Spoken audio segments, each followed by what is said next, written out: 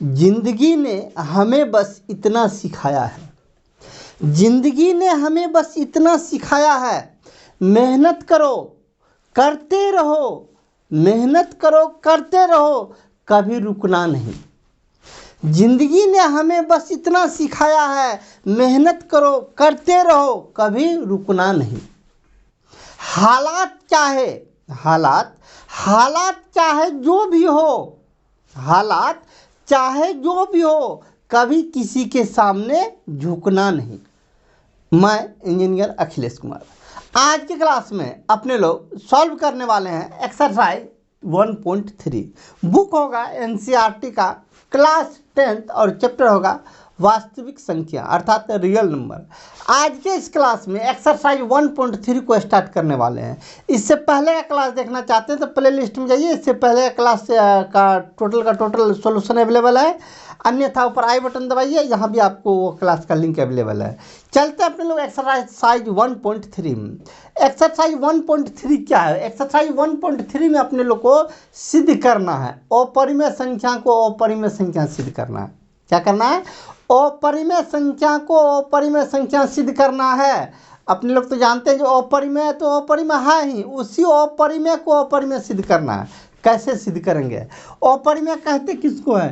तो जिस पे रूट लगा रहता है, जिस संख्या पे रूट लगा रहता है और वो रूट से बाहर नहीं निकल पाता तो उसे अपरिमेय कहते हैं। जैसे √2, √3, √4, √5, √6। इसमें देखिए ये रूट से बाहर निकल जाएगा, √4 का वैल्यू 2 होता है तो ये अपरिमेय नहीं हुआ, बाकी ये सब का सब अपरिमेय।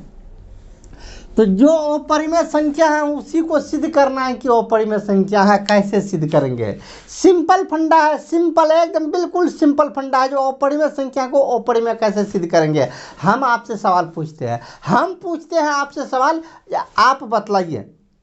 आप एक स्टूडेंट हैं, ये बात हम जानते हैं, आप भी जानते हैं कि आप एक स्टूडेंट हैं। आप कैसे सिद्ध करेंगे आप एक स्टूडेंट हैं? कैसे सिद्ध करेंगे कि आप एक स्टूडेंट हैं? चलिए इस बात को छोड़िए, दूसरा बात पूछते हैं। सिंपल सा क्वेश्चन आपसे पूछ रहे हैं, एक छोटा सा क्वेश्चन पूछ रहे हैं, सिद्ध कीजिए कि आप एक इंसान है। हम जानते हैं कि आप एक इंसान है, जो भी मेरा वीडियो देख रहा है सब इंसान है, लेकिन हम आपसे पूछ रहे हैं कि आप सिद्ध कीजिए। कैसे आप सिद्ध करेंगे कि आप एक इंसान है? आप इंसान हैं, आप भी जानते हैं, हम भी जानते हैं, लेकिन हम आपसे पूछ रहे हैं, आप सिद्ध कीजिए कि आप एक इंसान है। सेम उसी प्रकार आप भी जानते हैं कि अपरिमेय संख्या अपरिमेय संख्या, लेकिन सिद्ध करना है कि अपरिमेय संख्या। कैसे सिद्ध करेंगे? सिंपल, सिद्ध करने का सिंपल फंडा, एकदम सिंपल फंडा है। जैसे कि हम आपसे पूछ रहे हैं सिद्ध कीजिए कि आप एक इंसान है, ठीक ना? तो आप पहले क्या कीजिए, इसको विरोधाभास विधि से सिद्ध करने वाले हैं। कैसे? तो आप एक इंसान है, ये बात सत्य है और उसी को सिद्ध करना है, लेकिन हम सबसे पहला स्टेटमेंट दे रहे हैं सिद्ध करने के लिए, यदि संभव हो तो माना कि आप एक जानवर है। आप एक इंसान नहीं, आप एक जानवर है, ठीक ना? है इंसान, सिद्ध करना है इंसान है, लेकिन हम मान रहे हैं आपको क्या? जानवर, लेकिन सटीक नहीं मान रहे हैं। यदि संभव हो तो माना कि आप एक जानवर हैं। यदि आप जानवर हैं तो आपको एक पूंछ होगा, क्योंकि जानवर को पूंछ होता है। तो हम आपको मान लिए क्या? यदि संभव हो तो आप एक जानवर हैं। यदि आप एक जानवर हैं तो जानवर का गुण आप में मिलना चाहिए। जानवर का गुण है जो जानवर को एक पूंछ होता है, तो आपको भी एक पूंछ होना चाहिए। चलिए आप अपना पछवाड़ा दिखाइए, पूंछ है? तो पूंछ तो आपके पास नहीं है, तो आपके पास पूंछ नहीं है, मतलब जानवर का गुण है कि जानवर को पूंछ होना चाहिए, लेकिन आपके पास पूंछ नहीं है। आपके पास पूंछ नहीं है, अतः आप एक जानवर नहीं है। यदि आप जानवर नहीं है, पृथ्वी पे जानवर नहीं तो इंसान, इंसान नहीं तो जानवर, दो ही प्रकार के प्राणी हैं। यदि आप जानवर नहीं है तब आप एक इंसान है। कहने का अर्थ समझे? अर्थ यही है कि सिद्ध करना है कि आपको, जो आप एक इंसान है तो आपको पहले हम जानवर मान लिए, और जानवर का जो गुण है वो गुण आप में ढूंढने लगे, जो पूछा है कि नहीं है। तो जानवर का गुण आप में नहीं मिला, जानवर का गुण आप में नहीं मिला, मतलब आप एक जानवर नहीं है। अतः हमारा मान्यता ऊपर में जो हम मान लिए थे आपको जानवर, वो गलत था, इसीलिए आप एक इंसान हैं। सेम यही फंडा इसमें हम लागू करने वाले हैं, सेम यही फंडा लागू करेंगे और ये सिंपल तरह से बन जाएगा। चलिए इसको हटाते हैं। चलिए हमें सबसे पहला क्वेश्चन, एक्सरसाइज 1.3 का पहला क्वेश्चन है, सिद्ध कीजिए कि √5 एक अपरिमेय संख्या है। √5 एक अपरिमेय संख्या है, इसको कैसे सिद्ध करेंगे? तो √5 को सिद्ध करना है वो परिमेय है, और सब आदमी जानते भी हैं जो √5 एक वो परिमेय है, तो इसको मान लीजिए परिमेय, ठीक ना। जैसे अभी किए थे क्या, यदि संभव हो तो माना कि √5 एक परिमेय संख्या है, परिमेय संख्या है। यदि संभव हो तो माना कि √5 एक परिमेय संख्या है जिसका गुणनखंड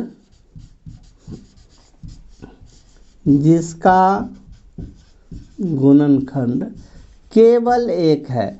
चूंकि परिमेय संख्या जिसका गुणनखंड केवल एक है, चूंकि कोई भी संख्या परिमेय संख्या होता है तो उसको p/q के रूप में लिखते हैं, और ऊपर नीचे p/q के रूप में लिखते हैं। जैसे कि मान लीजिए 5/7 यह एक परिमेय संख्या है, जैसे कि 10/14 यह भी एक परिमेय संख्या है, लेकिन यह परिमेय संख्या सरलतम रूप में नहीं है। सरलतम रूप में लाइए तो 5/7 होगा।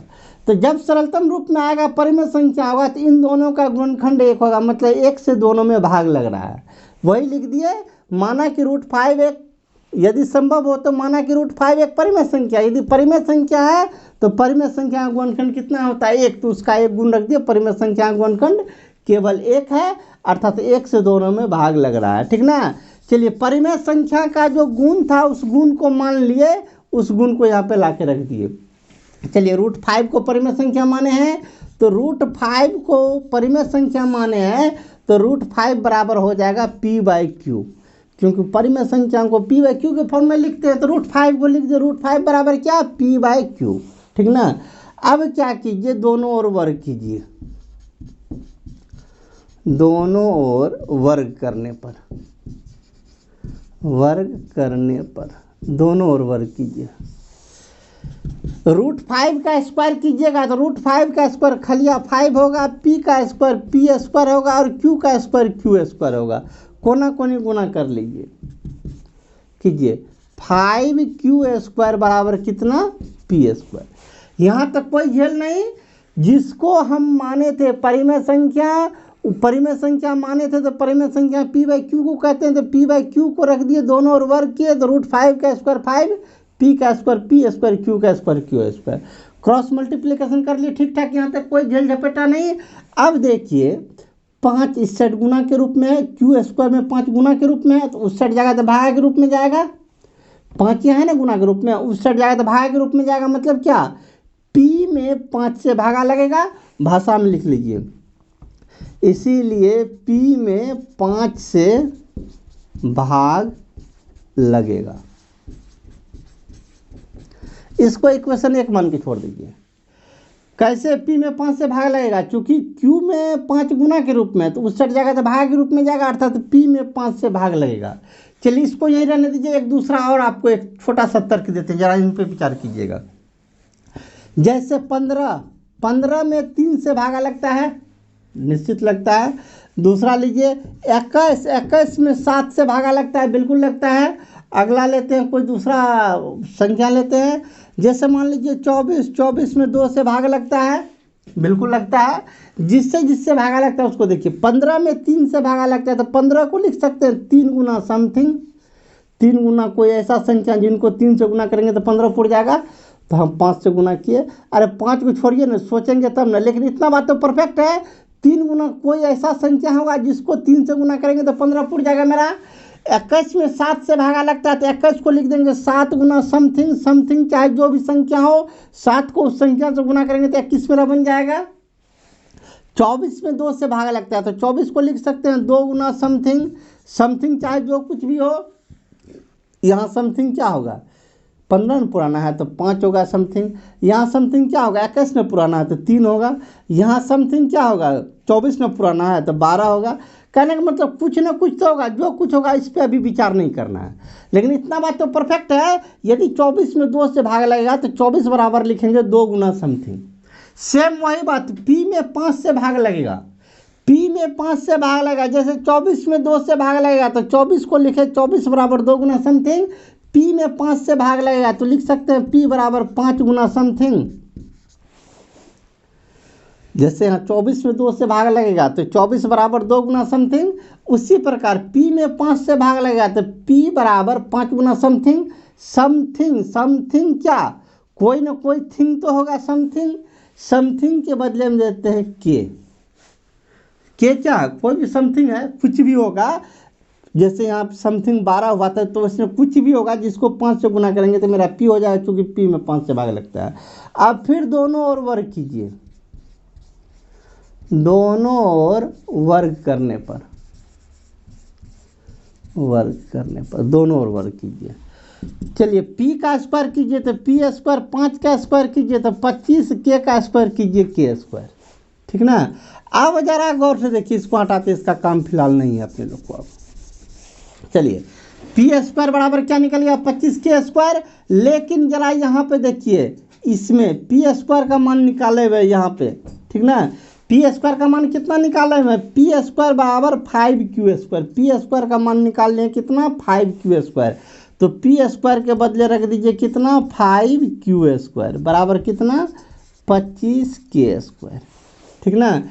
P स्क्वायर का मान यहाँ था 5Q स्क्वायर, तो P स्क्वायर के बदले रख दिए 5Q स्क्वायर। अब चलिए Q स्क्वायर को इस साइड छोड़ दीजिए, 5 को उधर भेज दीजिए, 5 इधर गुना में है, उस साइड भागा में जाएगा, 5 को उधर भागा में भेज दीजिए तो 25 में 5 से भागा लगा दीजिए कितना, 5K स्क्वायर, ठीक ठाक। अब जरा गौर कीजिए, 5 इस साइड गुना में है, इस साइड आएगा तो भागा में आएगा, 5 उस साइड गुना में है, K स्क्वायर के साथ गुना में है 5, इस साइड आएगा तो भागा में आएगा, अर्थात Q में 5 से भाग लगेगा, उसको लिखिए Q में 5 से भाग लगेगा।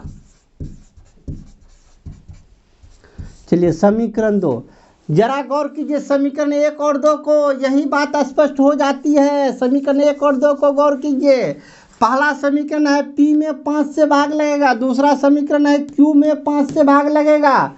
लेकिन जिसको हम परिमेय संख्या माने थे, लिखे थे, जिसका गुणनखंड केवल 1 है, 1 का मतलब क्या, केवल 1 से भाग लगेगा, अर्थात ये जो इसको जो √5 को जो परिमेय माने P/Q, अर्थात P और Q परिमेय संख्या, जब भी परिमेय संख्या के फॉर्म में होता है तो उसका गुणनखंड केवल 1 होता है, अर्थात ऊपर और नीचे दोनों में 1 से ही भाग लगता है। लेकिन हमको निकल गया P में 5 से भाग लगेगा, यहाँ Q में भी 5 से भाग लगेगा, अर्थात P और Q का गुणनखंड हमें 5 निकल गया, मतलब 5 से भाग लगेगा, यहाँ भी 5 से भाग लगेगा। लेकिन ऊपर में हम क्या माने थे, केवल 1 से भाग लगेगा, गुणनखंड 1 का मतलब केवल 1 से भाग लगेगा, जो सरासर गलत है। अर्थात क्या, परिमेय संख्या के रूल को फेल कर दिया। परिमेय संख्या यदि होता ये तो P और Q दोनों में केवल 1 से ही भाग लगता, लेकिन दोनों में हमें 5 से भी भाग लगता है। इनको जरा भाषा में लिखना पड़ेगा। यहाँ P और Q में 5 से भाग लगता है, लेकिन हमने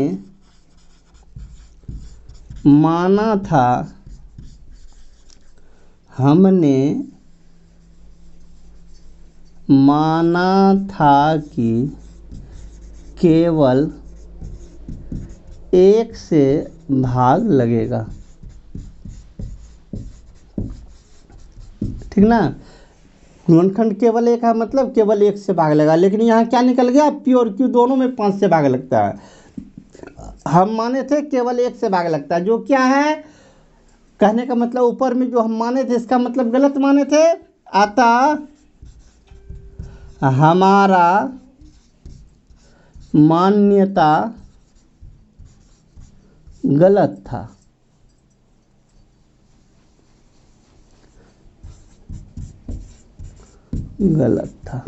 अतः हमारा मान्यता गलत था, अर्थात जो हम माने थे वो गलत था। क्या माने थे कि यह एक जानवर है, मतलब पूछ मिलवे नहीं किया, अतः हमारा मान्यता गलत था। तो सही मान्यता क्या होगा, इसीलिए √5 एक हम क्या माने थे, परिमेय न माने थे, इसीलिए वो गलत हो गया। तो इसीलिए √5 क्या, √5 एक अपरिमेय संख्या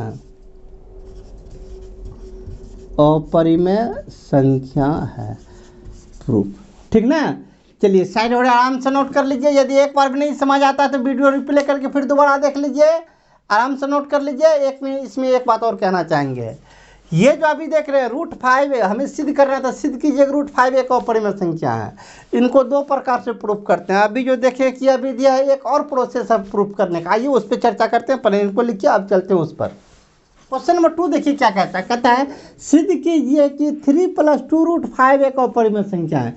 इससे पहले क्या सिद्ध किए हैं? इससे पहले जस्ट पहले किए थे √5 एक अपरिमेय संख्या है। इस बार क्या करने वाले हैं? 3 + 2 √5 एक अपरिमेय संख्या। दो प्रोसेस से प्रूफ होता है, जरा ध्यान दीजिएगा।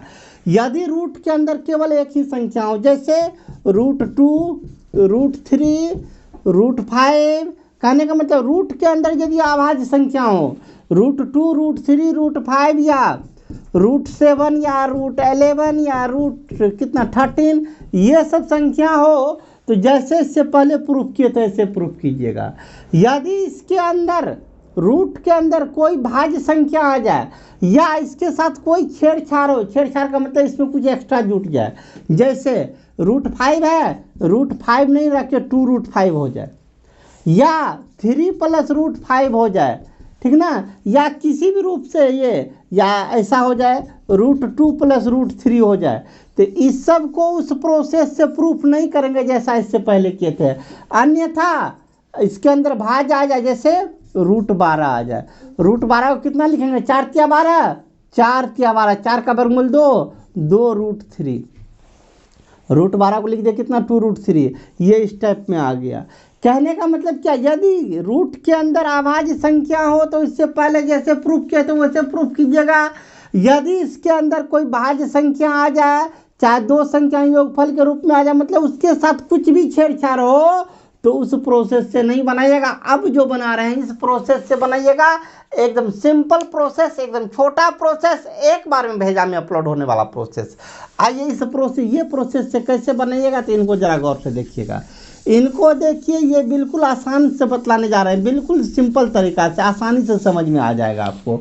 एक लाइन तो लिखना ही पड़ेगा, इससे पहले जो लिखे थे क्या, यदि संभव हो तो, यदि संभव हो तो माना कि कितना को प्रूफ करने वाले हैं?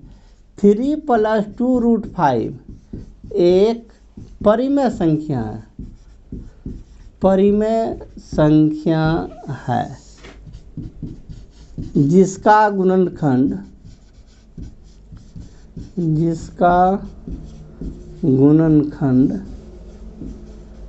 केवल एक है। इतना बात तो लिखना ही पड़ेगा, एक लाइन तो सब में लिखना पड़ेगा। विधि अब चेंज होगा, किसको माने हैं रूट मतलब परिमेय संख्या, इसको न माने हैं। 3 + 2 √5 को न परिमेय माने हैं, तो 3 + 2 √5 को परिमेय माने हैं, तो परिमेय होता है p/q। तो इतना बराबर लिख दिए p/q। क्यों? क्योंकि यह एक परिमेय संख्या है, इसको हम परिमेय माने हैं, तो परिमेय का जो फॉर्म होता है उसको मान लिया क्या? p/q। अब देखिए प्रोसेस यहीं चेंज करेंगे। अब इसको आप तब तक हल कीजिए जब तक कि रूट वाला संख्या इस साइड बिना रूट वाला को उस साइड न चला जाए।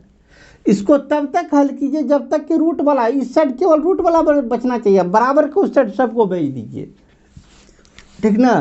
तो भेजिए, कैसे भेजते हैं? 3 को उस साइड भेज दीजिए, तो इस साइड क्या बचेगा? 2 √5 बचेगा, बराबर उस साइड है आपको p/q, 3 उस साइड भेज दीजिए तो -3/1, अर्थात 2 √5 बराबर कितना? दोनों का एलसीएम ले लीजिए, q ऊपर हो गया p - 3q, 2 यहाँ गुना में है, 2 को उधर भागा में भेज दीजिए, तो इस साइड क्या बचेगा? √5 बराबर 2 गुना में है, 2 भागा में चला जाएगा, तो कितना बच जाएगा इधर? p - 3q/q तो है ही है, 2 इस साइड आ गया। अब देखिए यहीं पे अब बात खत्म हो जाएगा मेरा। इसको माने थे क्या? परिमेय संख्या। हल किए, तब तक हल किए जब तक कि रूट वाला संख्या इधर बिना रूट वाला उधर ना चला जाए। जिस पे रूट बैठा ये हो गया क्या? अपरिमेय संख्या, ये हो गया अपरिमेय संख्या। और जिस पे इस पे तो कहीं रूट है ही नहीं, जब रूट नहीं है तो ये क्या हो गया? परिमेय संख्या। परिमेय संख्या क्या हो गया अपने लोग को? अपरिमेय संख्या परिमेय संख्या के बराबर हो गया है, ठीक ना। अपरिमेय संख्या परिमेय संख्या के बराबर हो गया है, जो कि गणित में कभी होता ही नहीं है, ये असंभव है। यह असंभव है कि कोई भी अपरिमेय संख्या परिमेय संख्या के बराबर हो जाए। यह तो बिल्कुल असंभव बात निकल गया। यह असंभव बात क्यों निकला? यह असंभव बात निकला, बिल्कुल ये गलत बात निकला। क्यों निकला गलत बात? क्योंकि ऊपर में हमने गलत मान लिया था, इसको परिमेय जो था ये हम ऊपर में गलत माने हुए हैं कि यह परिमेय आता है। यह परिमेय नहीं होकर क्या होगा? यह अपरिमेय होगा। इसी बात को लिखिए, क्योंकि यहाँ अपरिमेय संख्या परिमेय संख्या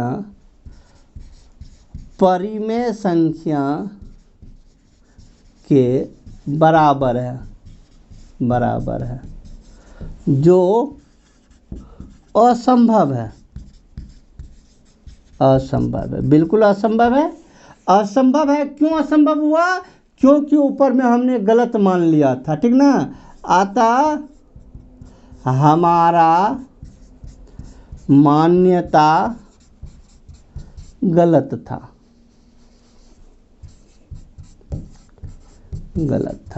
मान्यता क्या था? ऊपर में जो माने थे वो गलत था, तो सही मान्यता क्या होगा? सही मान्यता होगा 3 + 2√5 एक अपरिमेय संख्या है। इसीलिए 3 + 2√5 एक अपरिमेय संख्या है, अपरिमेय संख्या है। बात समझ में आई? दो प्रोसेस इससे पहले जो बनाए थे वो प्रोसेस तब आप लागू कीजिएगा जब किसी एक ही संख्या, एक आभाज्य संख्या पे रूट लगा रहे, तब वो प्रोसेस लागू कीजिएगा।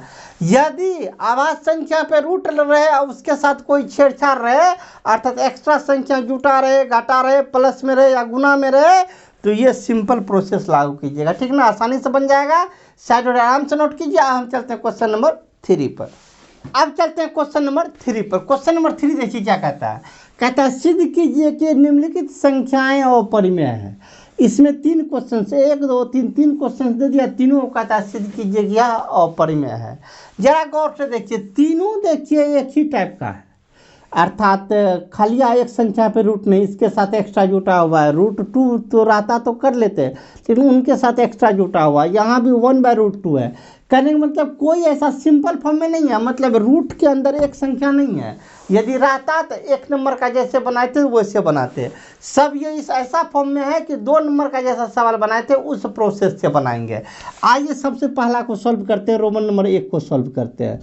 1 का हल, ठीक ना। क्या इनको प्रूफ करने वाले हैं, तो क्या करेंगे? वही काम। यदि संभव हो तो माना कि कितना 1/√2 1/√2 एक परिमेय संख्या है, परिमेय संख्या है जिसका गुणनखंड